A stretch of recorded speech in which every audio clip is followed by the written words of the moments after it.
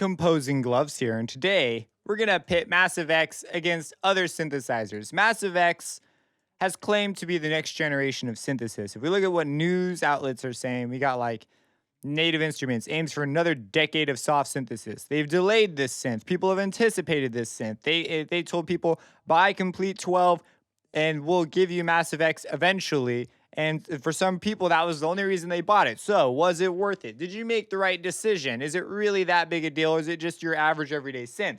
Well, the only question that really matters, because there's a lot of people going on about functionality. I was doing that. My bad. The thing that really matters here is, does it sound good? Does it produce sounds that would be the next generation sounds? That would be our question, right?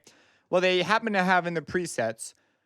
Despite now functionality wise, it would lose. I'll prove it to you in a bit. But the sound, it has a sound. I'm telling you, they kind of lived up to it a little bit, in my opinion.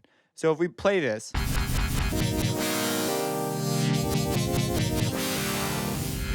now admittedly, this first one's kind of strange, but let's just keep going.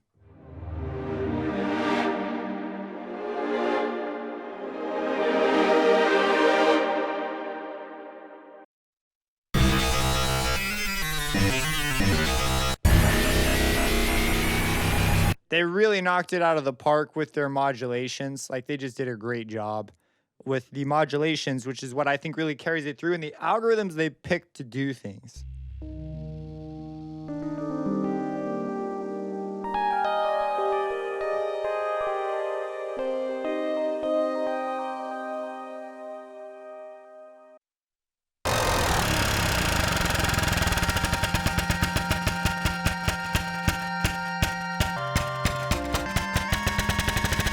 Like, you gotta admit, there's some pretty crazy things in here. Definitely some unique sounds.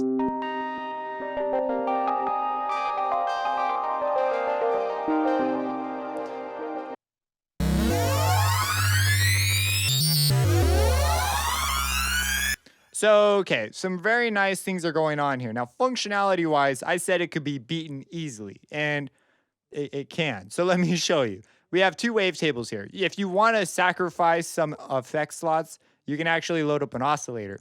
These are your first two prime limitations. So if I want to, like, let's take phase plant. Let me load up a wavetable. Oh, there's one. Let's go. Another. Okay. Let's do another. Oh, there's three. It's already more. Oh, we keep going. Where does it stop? I believe we could stop at like 30. I've never pushed it all the way before, but you can see this is quite a bit more power. And let's see, how straightforward is the interface? Well, let's talk about the effects. That's the other huge limitation. Effects. Oh, I want to load an effect. Okay, so I have these to pick from. I've got 3 slots, and then I've got some routing options. Okay, next generation synthesizer has the sounds though. See, that's the thing that gets me. Is I don't understand this. I'm so conflicted. So we come over here and we go to our lanes and phase plant. How many effects can I load? Okay, we'll do 1. So that's slot A. Oh, let's go to lane 2 and load 1. Okay, slot 3, slot 2, slot 3. Then we'll do another. Oh wait, am I past the limit already? I think I am. I think I'd be stuck. Like, oh my gosh. And oh, I want to organize these differently. And I want to clone one over here. Oh, there it is. Oh, they didn't clone. Let me try that again. There it is. I can move things and modulate them with interesting ways, just like you can over there. And how easy is it? Well, it's very straightforward. I just click the plus, boom. Now anything I wanted to move, it can move. And I can see it moving. It's really easy to understand. I can hook it up to as many things as I want, change these things over here. It's got its own editor that's really straightforward. Very, very easy. Over here, is that the same way? Well, no. First we hit the limitations, and then now the modulations they did knock out of the park. They did a fantastic job on these. Really good job. So I really, really like these. But there's your first two major limitations. The next ones are in so it's also, this is just thoroughly more confusing to work with.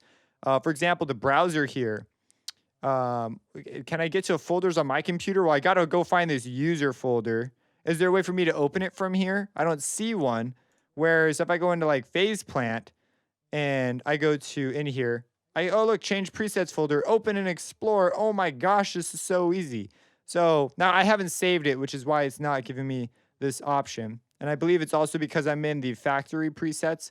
But if I come over to mine, look, there's the option, open and explore. You can't see it's over here. And it just opened it and I'm able to go in and change mine. Does that exist here? No. And they also don't give you the ability to go through your own stuff. So like in the original Massive, where's that one right here? Where's the original? There it is. I could go into my own computer file. Like I could go into my own browser. So this is actually worse, which kind of surprised me.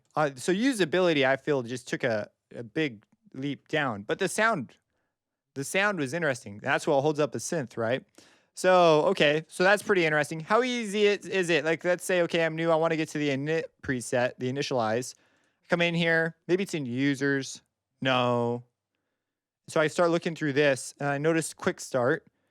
And, first I tried all types because I'm like, maybe it's the first one. That would make sense. And then I tried right-clicking up here. That didn't work. So I went to quick start, and there it is. And I was like, well, this is somewhat annoying that you have to go in it like that. For example, if I want to go to default here, I just hit clear. And I can undo that too if I accidentally made a mistake. I don't know if it's undoable here. I did not check. Let's open up Hive 2. How easy is it to get to the default? You just right click up here and go to init. And there it is. We go init, bam, default. But over here, they've even got a tutorial on it, which brings me to my next point. And there's so much brand new fancy stuff here, and they've chosen to encrypt it all in symbols and things that are not always the most straightforward things. Now, granted, this is relatively, I can figure out most stuff does, but there's lots of things that leaves me sort of having questions. And you would figure they'd sort of show off their new technology in a manual. So you figured they've got a quick start. Let me just show you how fancy this quick start is. The first tutorial, I believe, is how to get to the dang init preset, which I think is kind of sad. You should be able to get there a lot easier than what I had to do. Yeah, see, here it is. Oh, come up here, init massive X. Like, this is ridiculous. But look at how fancy. This is insanely fancy. And they spent all this money on this in their ad, but do they have a manual, an actual documentation if it's so advanced?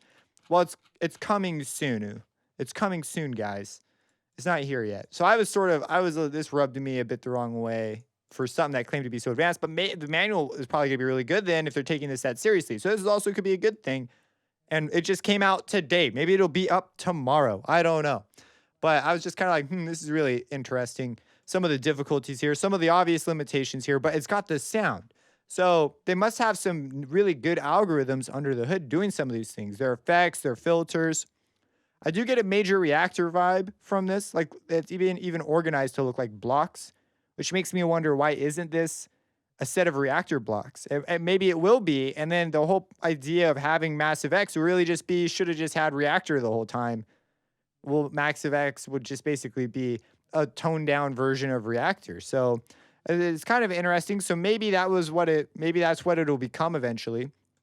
Now, the routing tab has some interesting FM and PM phase modulation and frequency modulation abilities, but they are confusing to use. It's not like full-fledged FM like I was hoping. Like, I was hoping to be able to take oscillator 1 and just link it right into oscillator 2, and there's all kinds of different FM. You would think the next generation synthesizer would have that, and have it in a way that would be next generation, would make sort of more sense. Like, for example, here's a oscillator. Let's play some low notes.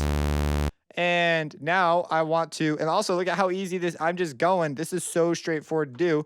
I'm going to load up a sample.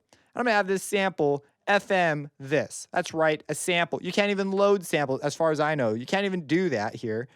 So I'm going to come in here. Let's load up, I don't know, a guitar. And let's just click this plus. These are all the things I can modulate at the audio rate. Very straightforward. I haven't even changed pages yet. Over here, you want to do something with modulation? Please change your page. You want to get to an LFO? Please change your page. This is not cool, man. But then they do have quite a bit on here. That's pretty cool. So I'm not a big complaining about this. Like, this isn't a huge deal to me, but it is just a thing, a design choice that I think was a little bit weaker as far as ways they could potentially have implemented it. But I'm going to click here, and I could just go ahead and, I don't know, let's do some phase modulation here. Maybe I want to turn that on and off with time. Let's go in, add an LFO, click a little plus plus. and go ahead and just turn that on. In fact, we could even limit this with the LFO. So now it's moving and we could slow the LFO down.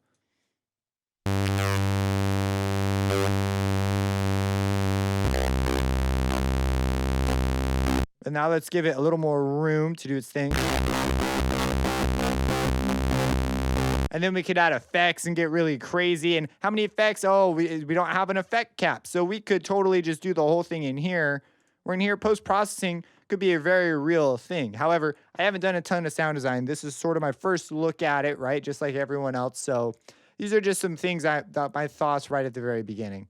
But I will say I actually have some pretty good vibes about this. I really enjoy the sounds that come out of this. These are just some of the limitations I saw that were somewhat frustrating. The browser was like, the lack of sound sources was like, the way they limit you in effects was like, the way they did the routing was like, and then they give you a set like, oh, you can only do it in these ways. Where over here, you could just move stuff around freely. So this was like, there's a lot of it. They did get the modulation was great. I really like that. You saw that being used quite extensively in some of the patches too. So that's really cool. And there may be things under the hood that I just don't understand yet that will come to light and I will understand them better. I'm not a fan of the drop down. And also, where's the wavetable editor? So I can load a wavetable and I can, edit it. Anything that's got wavetables these days can pretty much do this. Massive X, next generation synthesizer, right? Can it do it? I don't see a way to add your own, and there's no wavetable editor. So, again, it's like, I don't know if you sound cool, but everything else screams that this should not be it. So it's just, it's conflicting to me in several ways. So leave your comments down below. What do you think of this? There's more I could definitely say about this. Little things that I've just noticed as working with it. Things I really liked, obviously, were the sound, the algorithms they've got, and that's arguably can trump everything else along the way. But at the same time, there's nothing stopping me from making these sorts of sounds in other synths, other than the fact that there's a certain warmth to the synth engine that I really like. I really like the sound of the synth engine. There's just a lot of usability things that just sort of, I was like, this is very interesting. Do I think it's like next generation stuff? Well, if the usability gets up there, then maybe, but at the same time, I don't see why you can't just drop this in Reaktor. But then you get the complexity versus simplicity thing, which is this is trying to strike some sort of a balance there. I think this Phase Plant strikes the right balance. There's other ones that I haven't used, but people are comparing it to like Pigments, Hive 2, where they have simplicity there. I favor Phase Plant. I really, really like this synth, just because of the sheer module, like the ability to just modulate anything anywhere. That's amazing. But anyways, there's some thoughts. You saw some presets. Subscribe for more. I'm really interested to hear your feedback on what you think about this. And have a blessed day.